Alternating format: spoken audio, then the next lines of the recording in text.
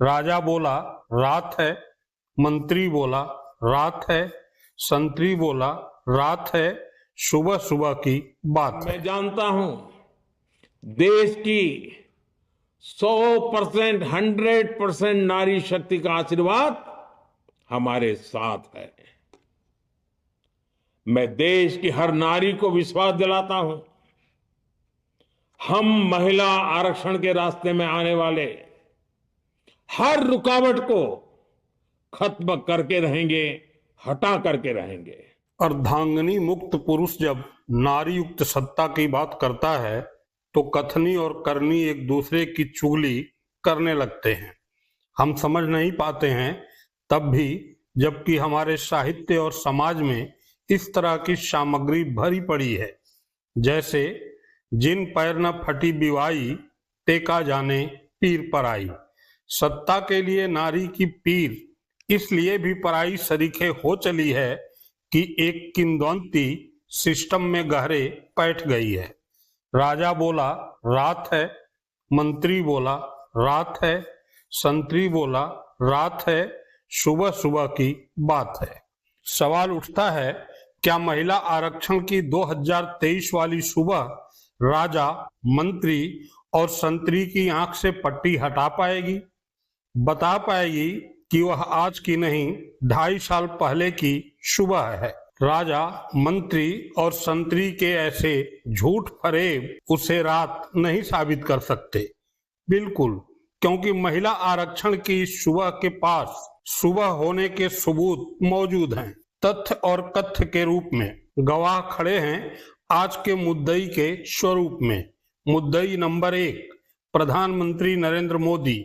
महिला आरक्षण bill pass हो चुका है। एक दिन पहले ही भारत की संसद ने लोकसभा और विधानसभाओं में महिलाओं को 33% आरक्षण देने का कानून पास किया।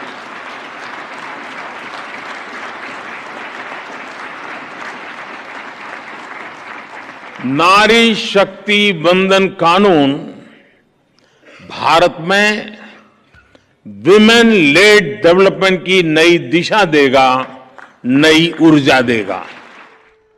आने वाली अनेकों पीढ़ियों तक इस निर्णय की चर्चा होगी, इस दिवस की चर्चा होगी। मैं पूरे देश को नारी शक्ति वंदन अधिनियम संसद के दोनों सदनों में और भारी बहुमत से और राज्यसभा में तो सर्वसम्मति से पास होने की बहुत बहुत बधाई देता हूं। मुद्दई नंबर 2, मंत्रालय। नोटिफिकेशन जारी हो चुका है। मुद्दई नंबर 3, राजनाथ सिंह। अब महिलाओं को मिलेगा 33% आरक्षण। अब यहाँ से मोरक्को से जब लौट कर जाओगी, चुनाव लड़ना चाहोगी आप लोग, तो 33% रिजर्वेशन आप सबको मिल गया है, लोकसभा में भी, विधानसभा में भी, राज्यसभा में।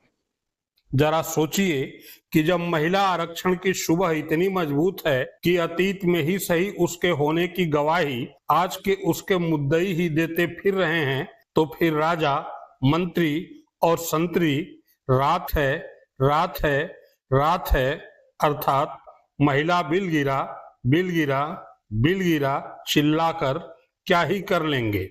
वैसे भी ऐसा ये पहली बार तो कर नहीं रहे हैं। कानून बन चुके महिला आरक्षण बिल को भ्रूण बताना, भ्रूण की हत्या के लिए दोषी ठहराना इनके लिए महज मजाक है। सड़क हो या संसद, ये हर वक्त केवल मजाक ही उड़ाते हैं। गुजरे 11 साल से यही कर रहे हैं, सड़क से लेकर संसद तक। लेकिन सच तो सच है, और सच यही है कि संसद में मोदी जी की साख गिरी महिला आरक्षण बिल नहीं, महिला आरक्षण बिल कानून बन चुका है। इसे राजा भी जानता है। एक दिन पहले ही भारत की संसद ने लोकसभा और विधानसभाओं में महिलाओं को 33% आरक्षण देने का कानून पास किया।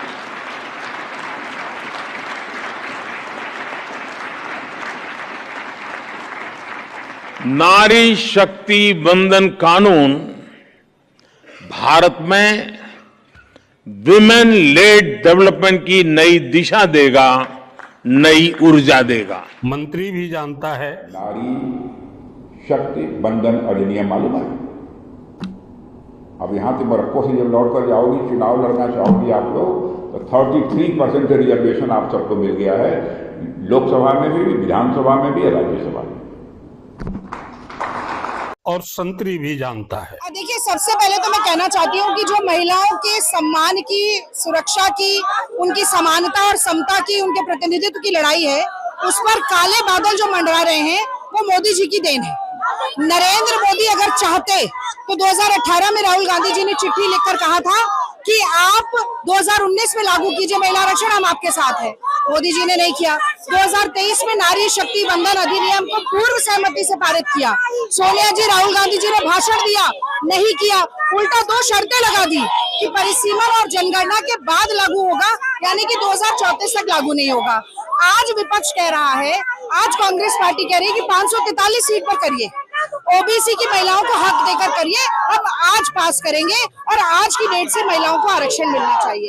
लेकिन जो महिला विरोधी मन से है ना मोदी जी, मंशा से, नियत से, मन वचन कर्म से, तो वो आरक्षण नहीं दिलाना चाहते हैं। आरक्षण की आड़ में परिसीमन करवाना चाहते हैं 2011 के आंकड़े पर, जो कि आउटडेटेड है, जिसमें ओबीसी की संख्या का जिक्र नहीं है। अब एक छोटा सा उदाहरण देखिए, अगर उत्तर प्रदेश में एसआईआर ने 2 करोड़ नाम काटे, आप 2011 की जनगणना को मानेंगे तो वो 2000 लोग उसमें शामिल हैं।